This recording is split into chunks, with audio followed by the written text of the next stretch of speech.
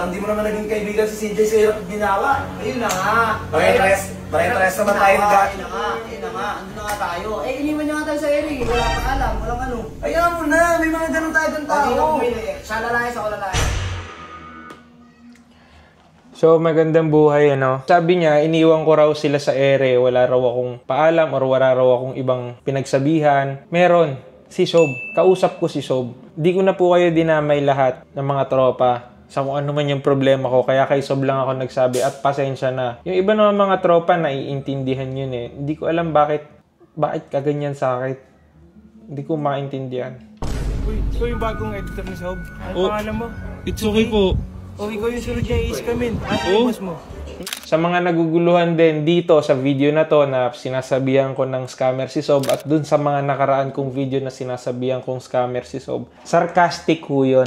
Ang point ko, walang isang salita si 150. Bakit? Sabi niya, 15k lang sasahurin ko. Tapos, ginawa niyang 50k. Wala siyang isang salita, pero in a good way. Kaya ako siya sinasabihan na sana lahat ng scammer maging kagaya mo. Wala kaming problema ni Sob dalawa. Tinutulungan niya pa rin ako kahit wala na ako sa bootcamp. Ganun siya kabuting tao. Eto, skip natin dun sa part na dumating na si Kuya Senki. Wala, sim bisita lang yun. Bisita lang. Namiss ko kayo. Hey! Kamusta ka naman? Ayun, ang saya-saya. Nagbibiruan pa nga kami ni Sob eh. Sobrang saya eh. Kaya nung nakita ko si Kuya Senki, nakita ko si Alamat, tuntua rin ako eh. Nagulat lang ako sa reaction niya.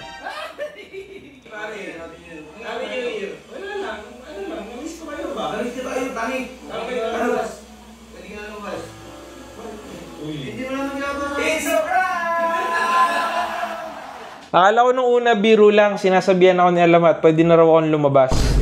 Seryoso pala siya doon, kaya pala seryoso yung mukha niya. Natuwa na nga ako eh, nung sinabi ng Sob na it's a prank, pero hindi pala prank yun.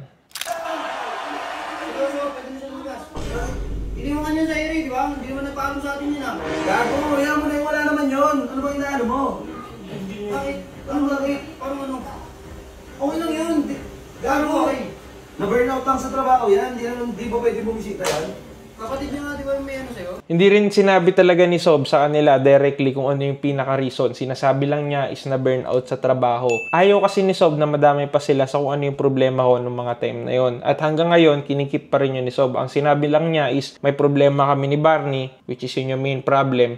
Pero yung nakapailalim doon, yung nasa paloob noon, yung nangyayari sa realidad, hindi niya na sinabi. Pinoprotektahan lang din ni Sob yung privacy namin.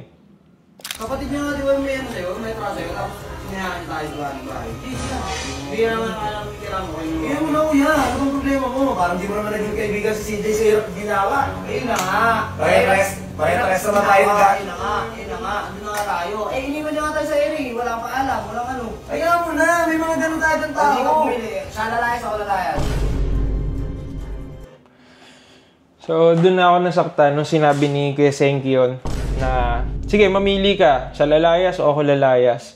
Hindi ko maintindihan, Hindi ko po maintindihan, Kuya Alamat, Kuya Senki, kung bakit ganun yung kailangan mong sabihin. Ang naiintindihan ko sa pagkatao niyan ni Alamat, kuya siya.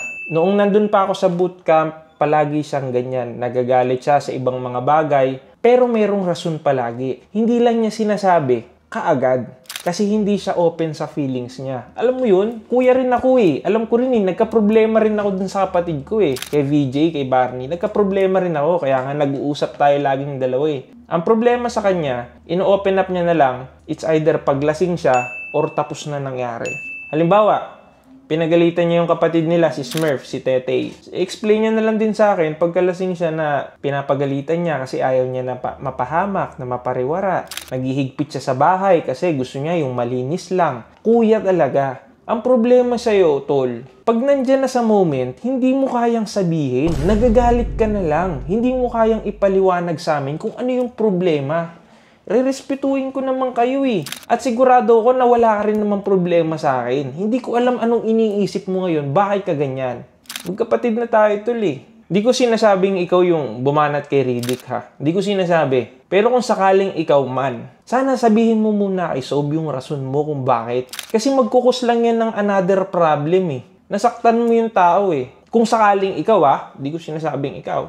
Kilala kasi kita eh. Parang kapatid ko na si Kuya Alamat, sa totoo lang. Noong 2023, bagong lipat lang kami dyan, malapit sa Tagaytay, kung saan sila nakastay ngayon. Napaaway rin kami. Kasama namin nun, ako, si Kuya Lamat, at si Konyo Boy. Si Kuya Lamat, hindi niya ako pinabayaan. Hindi namin pinabayaan yung isa't isa. May video pa nga si Konyo Boy nun eh. Hindi ko alam eh. Hindi ko pwedeng ipakita sa vlog eh. Pero eto, ayan yung screenshot. Ayan. Video to guys. Hindi ko pwede ilabas. Pero kaming dalawa yon ni Kuya Alamat, na videoan kami ni Konyo Boy na merong dalawang lasing na lumapit sa amin. Tapos nanggulo sila. Siyempre, kaming dalawa ni Kuya Senki, ni Kuya Alamat, hindi naman kami magpapabata. Hindi siya naghahanap kami ng away, pero pinrotektahan lang namin yung mga sarili namin. Magkapatid na tayo, tol eh. Yun nga eh, sa ganung laban eh, hindi tayo nag-iiwanan eh. Tapos ngayon, bakit gaganyanin mo ako? Bakit hindi mo kayang sabihin sa mukha ko kung ano yung problema? Bakit hindi mo kayang sabihin sa amin nila Sob kung ano yung problema? Bakit gumagawa ka palagi ng sarili mong way? Oo, naiintindihan ko, kuya ka. Kaya gusto mo protektahan lahat. Pero sobra kasi yan eh. Sobra na eh. Baka mismong ikaw hindi ka aware sa kung ano yung nagagawa mo eh, dahil sa pagmamahal na ginagawa mo eh, na binibigay mo eh. Yosenki, Kuya Lamat, kung wala ka talagang ginawa, kung hindi ikaw yung bumanat kila Riddick, kung meron kang problema lang talaga sa akin lang mismo, sabihin mo naman. Kahit i-chat mo ako or i-message mo man lang ako. Pero mas maganda kung sasabihin mo sa vlog para nakikita rin ng mga tao kung bakit ganyan yung nangyayari sa'yo. Kasi ako, kahit alam kong mali yung nangyayari sa'yo ngayon, nasasaktan ako pag nakakabasa ako ng comment about sa'yo eh. Kasi kilala kita, hindi ka namang ganyan eh. Paitag na lang si Alamat, sana mapanood mo tong video na to at sana makita mo rin yung mga comment ng tao sa'yo. Heart react nyo to guys kung sa tingin niya mabait pa rin talaga si Alamat at meron lang siyang tinatago or meron lang siyang problema ngayon. Pero kung tingin nyo nagbago talaga ugali niya, i-like nyo to. Well, Senki, Alamat, tignan mo kung ano yung sasabihin ng mga tao, baka maliwanagan yung isip mo.